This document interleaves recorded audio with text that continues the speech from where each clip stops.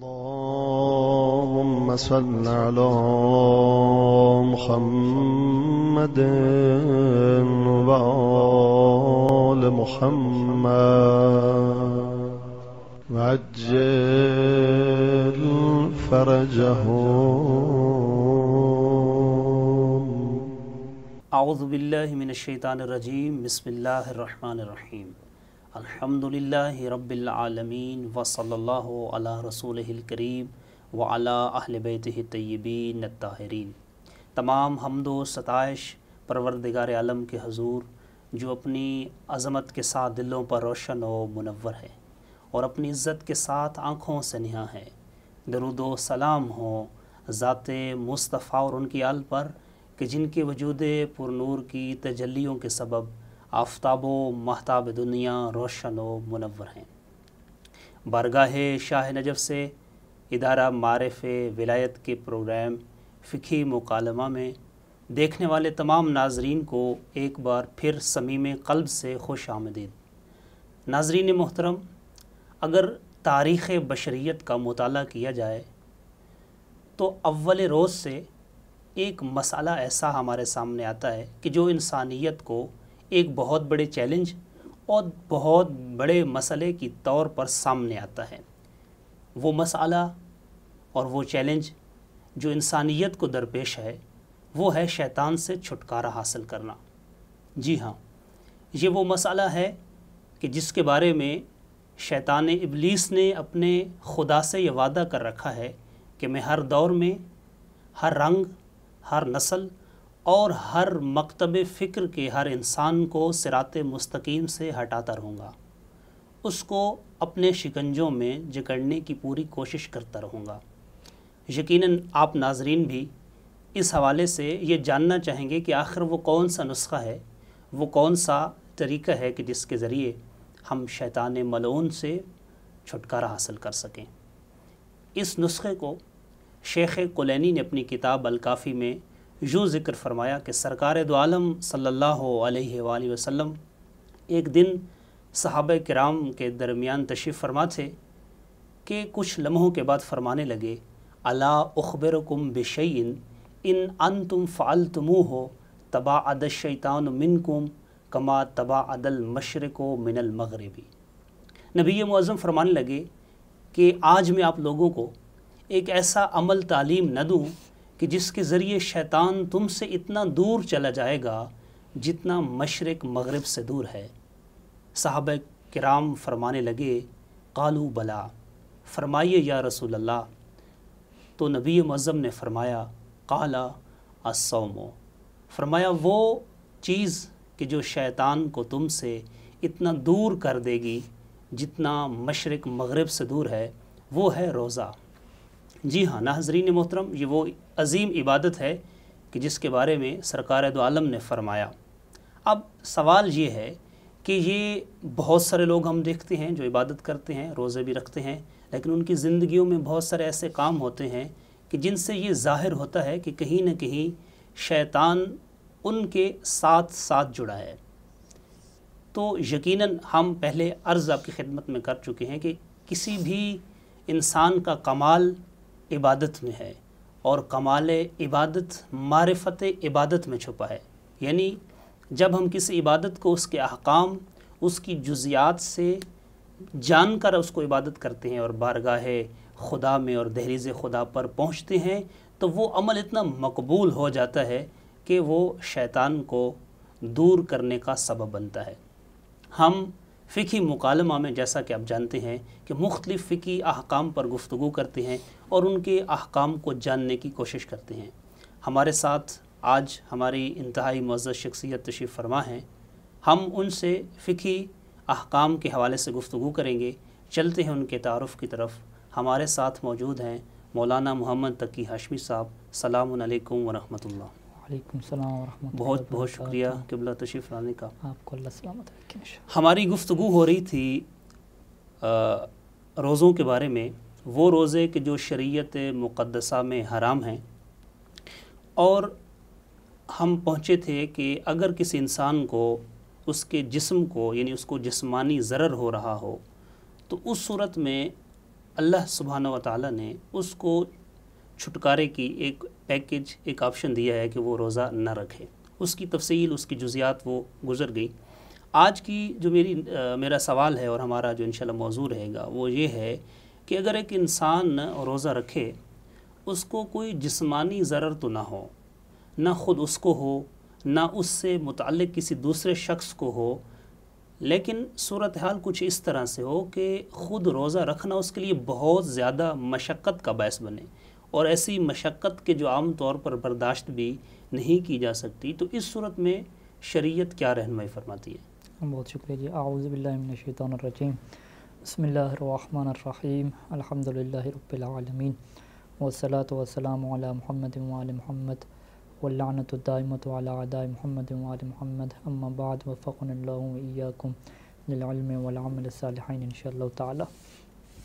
بہت ہی عمدہ سوال کے گزشتہ گفتگو ساری کی ساری ضرر کے بارے میں تھی، اور ضرر کا مطلب یہ ہوتا ہے جسم کو نقصان پہنچنا، انسان کی صحت کو ایسا نقصان پہنچنا کہ جو عام طور پہ قابل تحمل اور قابل برداشت نہیں ہوا کرتا. آج کا جو ٹاپک ہے وہ نقصان نہیں ہے جسمانی صحت کا، بلکہ جس سے ہم کیا کہتے ہیں کمزوری، ویکنیس یا درد وغیرہ آپ کہہ لیں، کہ جس کا برداشت کرنا مشکل ہوتا ہے. یہاں پہ میرے سامنے اس وقت منہاج سے مسئلہ نمبر 1030 ہے، جس میں سے ثانی فرماتے ہیں کہ لا یکفی الضعف فی جواز الافطار فی شہر رمضان ولو کان مفرطا الا ان یکون حرجیا بحد لا یتحمل عادتا.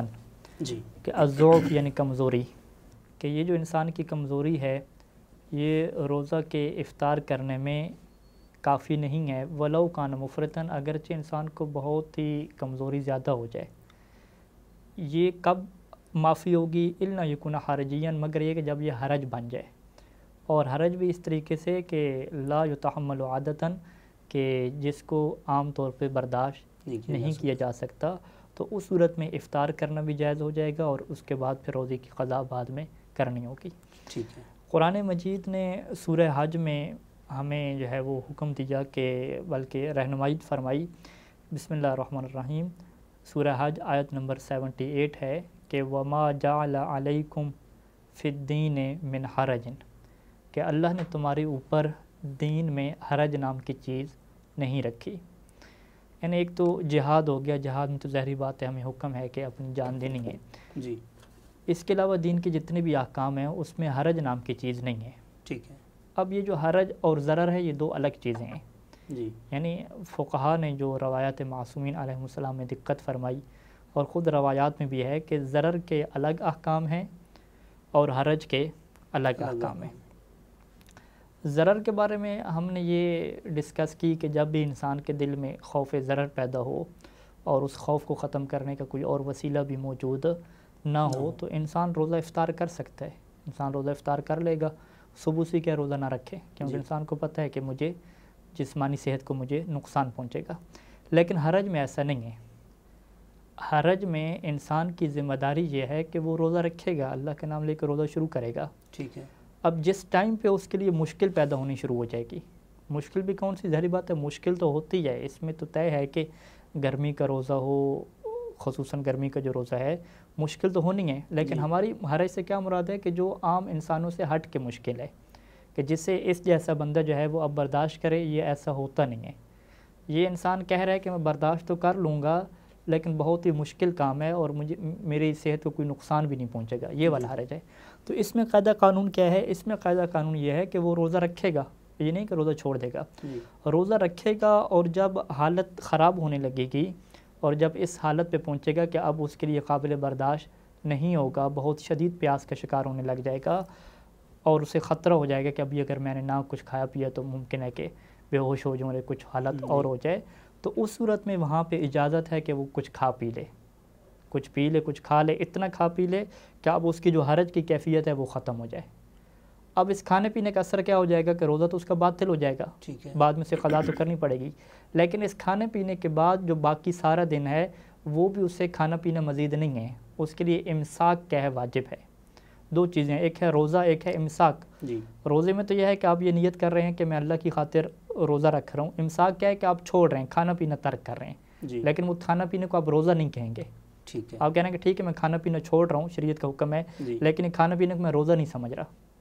تو اب یعنی ہم خلاصہ کریں, خلاصہ ہمارے سامنے کیا آ رہا ہے کہ جس بندے کے لیے صحت جسمانی کی کوئی مشکل نہیں ہے, مشکل کیا ہے, حرج کی مشکل ہے کہ اس کے لیے قابل برداشت نہیں ہے, بہت شدید پیاس کا شکار ہو جائے گا, بہت شدید کمزوری ہو جائے گی, لیکن یہ بات طے ہے کہ اس کے گردوں پہ کوئی اثر نہیں پڑے گا, جی اس کی صحت پہ کوئی اثر نہیں پڑے گا. فقط بات کس کی ہے, تکلیف ہو رہی ہے, برداشت کرنا مشکل ہو رہا ہے, بہت زیادہ مشکل ہو رہا ہے, عام مشکل نہیں, بہت زیادہ مشکل ہو رہا ہے کہ لا یتحمل عادتاً, کہ جسے عام طور پہ برداشت نہیں کیا جا سکتا. تو اس ٹائم پہ معمولی مقدار میں کھانے پینے کی کیا ہے, اجازت ہے, جتنی اس کی کھانے سے اس کی جو ہے طبیعت بحال طبیعت اس کی بحال ہو جائے. جیسا کہ ہمارے سامنے ایک روایت ہے, عمار بن موسیٰ الساباتی ہیں, وہ روایت کرتے ہیں جو ہے امام صادق علیہ السلام سے, کہ بلکہ اس نے پوچھا امام صادق علیہ السلام سے کہ ایک ایسا بندہ ہے کہ یصیبہ العطش حتی یخاف علی نفسی, کہ ایک بندہ ہے کہ جس کو روزے کی حالت میں پیاس لگ گئی, شدید پیاس لگ گئی, جی اب اسے خطرہ ہو گیا کہ اس کی جان ہی کہیں نہ چلی جائے, بہت مشکل ہوگی,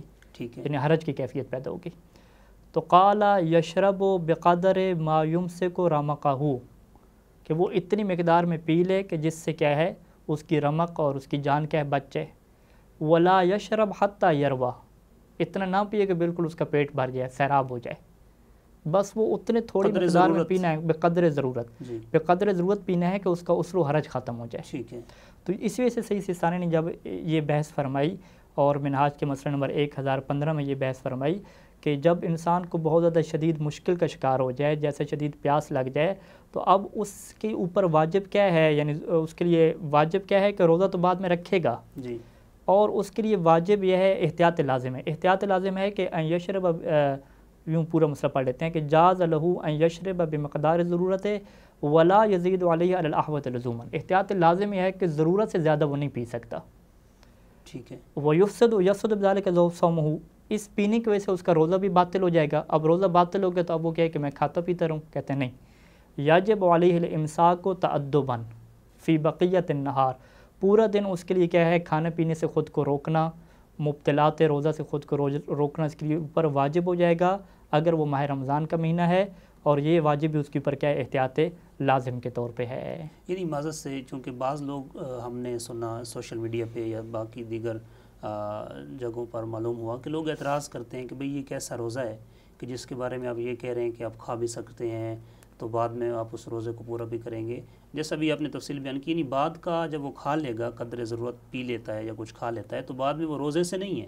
ہاں, روزے سے نہیں ہے بعد میں, یعنی وہ امساک سے ہے, یعنی امساک, یعنی کہ وہ کھانے پینے سے پرہیز کرے گا. اور اس میں بھی تأدباً کا لفظ ہے. تأدباً کیا مطلب کہ ماہ رمضان کا احترام ہے, ٹھیک ہے, ماہ رمضان کے احترام کی خاطر اس کے اوپر احتیاط لازم کے طور پہ, اور روایات میں بھی ہے, یہ ضروری قرار دیا گیا ہے کہ یہ کھانے پینے سے پرہیز کرے. تو یعنی پس خلاصہ کیا ہوا کہ یہ جو کھانے پینے کی اجازت ہے, یہ قرآن کے اس قاعدے کے مطابق ہے, روایات کے مطابق ہے کہ آپ کے اوپر حرج نہیں رکھی گئی, ایسی مشقت نہیں رکھی گئی کہ جو آپ کے لیے قابل برداشت نہ ہو. بس اس حرج اور مشقت کو اٹھانے کے لیے بے قدر ضرورت کھانے پینے کی اجازت ہے, لیکن روزہ باطل ہو جائے گا, بعد میں آپ زیادہ بالکل نہیں کھا پی سکتے. یہ قاعدہ قانون یہاں پہ رہے گا, جبکہ ضرر میں ایسا نہیں تھا. ایک انسان کو اگر بیماری کا خطرہ ہے تو وہ شروع سے کیا روزہ نہیں رکھے گا, کیونکہ اگر وہ روزہ رکھے گا تو اس کا روزہ ہی باطل ہے, بلکہ بعض صورتوں میں کیا ہے, حرام ہے, جیسا کہ گزشتہ قسطوں میں کیا ہم نے ڈسکس کیا ہے اس چیز. اچھا, معذرت سے اسی کا ایک جز اس سوال کی میرے ذہن میں آ رہی ہے کہ کیا ایسا بھی ہو سکتا ہے کہ ایک آدمی کو ایک روزے میں یہ جو مشقت کی, یعنی حرج کی کیفیت جو ہوئی ہے, 2 سے 3 مرتبہ بھی ہو جائے. یعنی اس کو فرض کریں اس نے صبح سحری کی, 11 بجے اس کی یہ کیفیت بن گئی شدت گرمی کی وجہ سے کہ اب وہ برداشت نہیں کر رہا, اتنی زیادہ پیاس ہے, تو اب اس کے لیے یہ آسانی ہے کہ وہ کیا کرے, تھوڑا سا پانی پی لے, اور پھر اس کا روزہ تو نہیں ہے لیکن وہ امساک کرے گا. اگر امساک کی حالت میں آخر دن میں فرض کریں 4 بجے 4:30 بجے مغرب سے پہلے پھر یہی کیفیت بن جائے, پھر یہی کیفیت آ جائے تو پھر اسے کھانے کی اجازت مل جائے گی, اتنی جتنی پہلی تھی, جتنی پہلی اجازت تھی, بس جس سے اس کا حرج ختم ہو جائے, وہ تھوڑا حوصلے میں آ جائے, بس اتنی اجازت ملے گی. جتنا مطلب اتنا کھائے کہ فریش ہو جائے. ہاں, جس طرح ہمارے یہاں قاعدہ ہے, روایات سے اخذ کیا گیا کہ الضرورت تقدر بقدرها, کہ جتنی ضرورت ہوگی اسی کے مطابق یہ کام کرے گا، اس سے ہٹ کے یہ اس سے زیادہ یہ نہیں جا سکتا۔ اور یہ کسی خاص فرد سے بھی نہیں ہے خاص یہ والا مسئلہ، ایک صحت مند آدمی کے ساتھ بھی ہو سکتا ہے؟ جی یہ صحت مند آدمی کے ساتھ ہو سکتا ہے، بچہ جو نئے بالغ ہیں ان کے ساتھ ہو سکتا ہے، کسی کے ساتھ بھی ہو سکتا ہے۔ بہت خوب۔ اچھا یہ تو ایک صورت ہو گئی کہ یہ اس میں چونکہ یہ مسئلہ عام ہے، کسی بھی انسان کے ساتھ یہ مسئلہ اچانک پیش آ سکتا ہے، لیکن اب میرا جو دوسرا سوال ہے وہ ہے ان لوگوں کے ساتھ خاص ہے کہ جو ایک بوڑھا آدمی ہے۔ بوڑھا آدمی، اس کی قوت مدافعت اور ایک جوان آدمی میں ظاہر فرق ہے۔ اب دونوں نے جو روزے کا پیریڈ ہے وہ پورا کرنے 13 گھنٹے کا ہے یا 12 گھنٹے کا جو پیریڈ ہے روزے کا، اب گرمی کی حالت میں جو بوڑھے لوگ یعنی بوڑھی خاتون ہو گئی یا بوڑھا مرد، ان کے لیے اگر بہت زیادہ مشقت ہو رہی ہو تو ان کے روزے کا کیا ہوگا؟ جی بہت اچھا سوال ہے۔ الشیخ و شیخت و روایات میں سے تعبیر کی جاتا ہے کہ جو بوڑھے افراد ہیں ان کا روزہ رکھنے کے بارے سے کیا تفصیل ہے۔ دیکھیں ہمارے سامنے جو ہے وہ دو طرح کے حالات ہیں۔ جی جو بوڑھا انسان ہے، ظاہری بات ہے بوڑھا واضح ہے کہ جس کی جلد پہ جھریاں پڑنا شروع ہو گئی ہیں عمر کی وجہ سے، اور اسے عرف میں بوڑھا کہنے لگے، یعنی اس کی ایج کوئی فیکٹر نہیں ہے کہ اس ایج پہ بوڑھا ہوگا۔ اچھا، ممکن ہے کہ کوئی 45 اور 50 سال میں پہنچے تو وہ بوڑھا ہو جائے، ممکن ہے کہ جس نے صحت کو اچھے طریقے سے مینٹین کیا ہے وہ بوڑھا نہ ہو، اس کا چہرہ، اس کی باڈی، اس کی جلد اور سکن جوانوں کی طرح ہو۔ تو یعنی عرف اس کا فیصلہ عرف اس کا فیصلہ کرے گا، اور ہمیں پتہ ہے کہ جب انسان کی جھریاں پڑنا شروع ہو جائیں تو اس وقت کہتے ہیں کہ اس کا بڑھاپا کیا شروع ہو گیا ہے۔ ٹھیک ہے۔ تو یہ جو بوڑھا انسان ہے اس کے بارے میں خصوصی روایات ہیں اور خصوصی کیا ہیں اس کے احکام ہیں۔ تو اس کی کیا دو صورتیں کی جاتی ہیں۔ پہلی صورت کیا ہے کہ اس کے لیے روزہ رکھنا متعذر ہے۔ متعذر کا ہم ترجمہ اردو میں کرتے ہیں کہ ناممکن ہے، یعنی ایسا ممکن ہی نہیں ہے کہ یہ بوڑھا کیا ہے مغرب تک روزہ پورا رکھ سکے۔ اگر یہ روزہ رکھے گا بے ہوش ہو جائے گا، جی، کوئی اور حالت بن جائے گی، تو آپ یہ کہہ سکتے ہیں کہ اس کے لیے تو ممکن ہی نہیں ہے روزہ رکھنا۔ تو اگر وہ بوڑھا جو ہے وہ صحت کے اس مرحلے پہ ہے، ہر بوڑھے کا ایک قانون نہیں ہوگا، ہر بوڑھا اپنے آپ کو خود دیکھے گا اس حوالے سے ٹھیک ہے کہ اگر وہ ضعیف العمر انسان صحت کے اس ایج پہ ہے یا اس کی صحت کا ایسا مسئلہ ہے کہ اگر وہ روزہ رکھے گا تو وہ مکمل ہی نہیں کر سکتا، یعنی یہ نہیں ہے کہ مشقت ہو رہی ہے، کہتے ہیں مشقت ہو نہ ہو میں تو بے ہوش ہو جاؤں گا، مکمل کر ہی نہیں سکتا، متعذر ہے، اسے کیا کہتے ہیں ناممکن ہے۔ ٹھیک ہے۔ امام علیہ السلام نے روایت میں سے تعبیر کیا تھا کہ لم یقدرہ، کہ وہ قدرت ہی نہیں رکھتا روزے رکھنے کی۔ تو جب وہ قدرت نہیں رکھتا تو اب اس کے اوپر روزہ بھی معاف ہے، اس کی قضا کرنا بھی معاف ہے، اور فدیہ وغیرہ کوئی بھی اس کے اوپر کچھ بھی واجب قضا بھی نہیں ہے، فدیہ بھی اس پر کچھ بھی اس پہ واجب نہیں ہے۔ کون سا انسان جو لم یقدرہ، جو متعذر ہے، روزہ رکھنا اس کے لیے ناممکن ہے، بوڑھا بھی ہے اور ممکن بوڑھا بھی ہے اور ممکن بھی نہیں ہے، یہ ہو جائے گا۔ دوسرا کون سا ہے کہ بوڑھا ہے لیکن روزہ رکھنا ناممکن نہیں ہے، ممکن تو ہے لیکن وہ روزہ رکھے گا تو اب بہت شدید مشقت کا سامنا کرنا پڑے گا، عسر و حرج والی کیفیت آ جائے گی کہ بہت ہی جو ہے وہ مشقت اور ایسی تکلیف شدید ہوگی کہ جس سے برداشت کرنا عام طور پہ کوئی نوجوان ہی اس چیز کو برداشت نہیں کرتا، لیکن وہ کہتا ہے میں روزہ تو پورا کر لوں گا لیکن بہت شدید مجھے تکلیف ہوگی۔ اب ایسے بوڑھے کے لیے امام علیہ السلام نے فرمایا کہ یہ جو بوڑھا انسان ہے اس کی یہ ذمہ داری ہے کہ وہ روزہ نہ رکھے اور ہر روزے کے بدلے میں ایک مطعم دے گا، فدیہ دے گا، ٹھیک ہے، اور بعد میں اس کے اوپر قضا کرنا بھی واجب نہیں ہے۔ اگرچہ بعد میں اگلے سالوں میں اس کی صحت اچھی ہو گئی، مزید کیا ہے اچھی خوراک وغیرہ رکھا ہے، یہ اللہ کا فضل ہو گیا، روزہ رکھ سکتا ہے، پھر بھی اس کے اوپر قضا واجب نہیں ہے۔ اچھا، اس صورت میں بھی نہیں ہوگی؟ اس صورت میں قضا واجب نہیں ہے۔ ٹھیک ہے، میں آپ کے سامنے جو ہے وہ روایت بھی پڑھ لیتا ہوں تاکہ جو ہے وہ ناظرین تک چیزیں پہنچ جائیں ہمارے حوالے سے۔ یہاں پہ قرآن مجید کی جو آیت ہے سورہ بقرہ کی آیت نمبر 183، یا ایھا الذین آمنوا کتب علیکم الصیام کما کتب علی الذین من قبلکم لعلکم تتقون ایام معدودات۔ ٹھیک ہے، ایام معدودات ماہ رمضان، یعنی ماہ رمضان کے روزے لوگوں تمہارے اوپر واجب کیے گئے۔ پھر آگے آیت کیا ہے، فمن کان منکم مریضا او علی سفر، جو بیمار ہے یا سفر پہ ہے تو اس کی ذمہ داری کیا ہے، فعدۃ من ایام اخر، اس نے ماہ رمضان میں روزہ نہیں رکھنا، ماہ رمضان کے بعد رکھنے، اور اسی کو ہم نے کہا ہے کہ مریض اور مسافر کے اوپر روزہ رکھنا حرام ہے۔ جی، یعنی ایسا نہیں ہے کہ قرآن نے آپشن دیا ہے، قرآن نے کہا کہ نہیں فعدۃ من ایام اخر، ماہ رمضان میں روزہ رکھنا ممنوع ہے مریض کے لیے اور مسافر کا، حکم یہی ہے، اور من ایام اخر پورا کریں گے۔ پھر آگے کیا فرمایا، وعلی الذین یطیقونہ فدیۃ طعام مسکین، اور وہ لوگ کہ جو روزہ رکھنے کی قدرت نہیں رکھتے، طاقت نہیں رکھتے، ان کی ذمہ داری کیا ہے کہ فدیۃ، وہ فدیہ دیں گے، اور فدیہ کیا ہے کہ ایک مسکین کا کھانا ہے۔ یعنی اب جو لوگ الذین یطیقون، اس بارے میں کیا ہے روایات معصومین علیہ السلام جب آئیں اور راوی نے آ کے پوچھا کہ یہ جو اللہ کی آیت ہے کہ الذین یطیقون فدیۃ مسکین، یہ جو قرآن کہہ رہا ہے کہ مریض اور مسافر کی اگر مسئلہ ہے تو وہ تو بعد میں روزہ رکھیں گے، لیکن جب الذین یطیقونہ کا مسئلہ آیا تو قرآن نے کہا کہ نہیں، وہ تو فدیہ دیں گے۔ یہ کون لوگ ہیں؟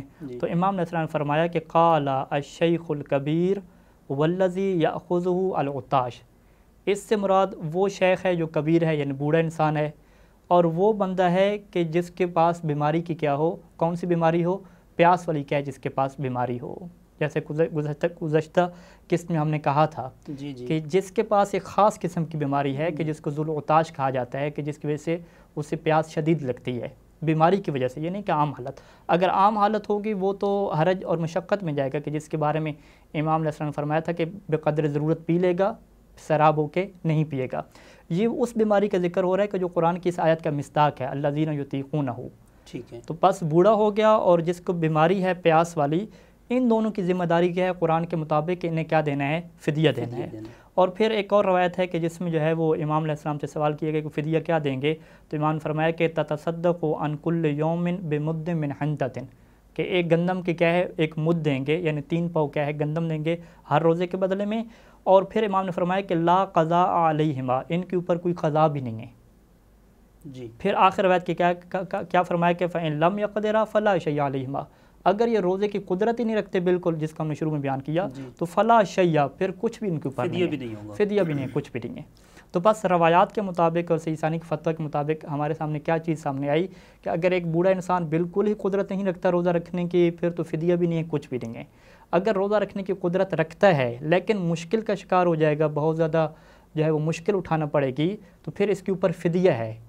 فدیہ ہونے کی صورت میں اس کے اوپر قضا بھی نہیں ہے، بعد میں اگرچہ یہ قادر ہو بھی جائے روزہ رکھنے کے اوپر تو پھر بھی اس کے اوپر قضا نہیں ہے، لا شیء علیہما، اس کے اوپر کیا ہے کچھ بھی نہیں ہے۔ احسنتم، جزاکم اللہ خیر الجزا۔